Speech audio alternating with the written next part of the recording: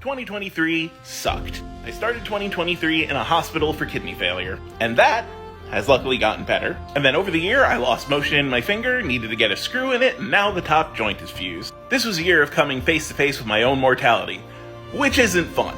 In the middle of the year, I got into a very, very bad depression, like unalive myself style depression, and I reached out to my friends for help, and most of them left. So now, 39, failing body, very few friends, no family. Great place to be.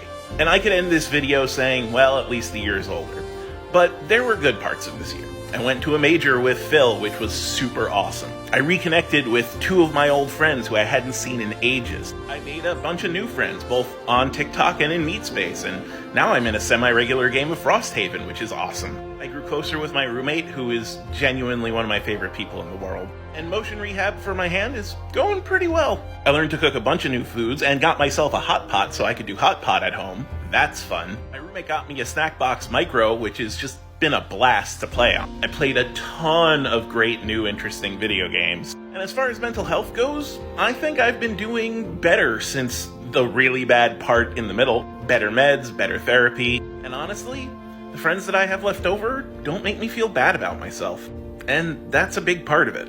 And I still have enough friends to come here and sign my recovery PP, which means that people still love me. In 2024, I turned 40. That's about as midlife gets. And in 2023, I learned it's okay if I don't have things figured out, and I could just take it one day at a time, even if some of those days are spent in the hospital. What am I going to do for 2024? Well, I'm finally going to get my rooftop garden made, finally going to get a podcast started. I started the ball rolling on that with the T3 group. I plan on hanging out with the amazing friends that I've made here on TikTok in Meatspace. Big shout outs to Long Arms McGee for kicking that off. And if I make it to 2025 alive, that's good enough.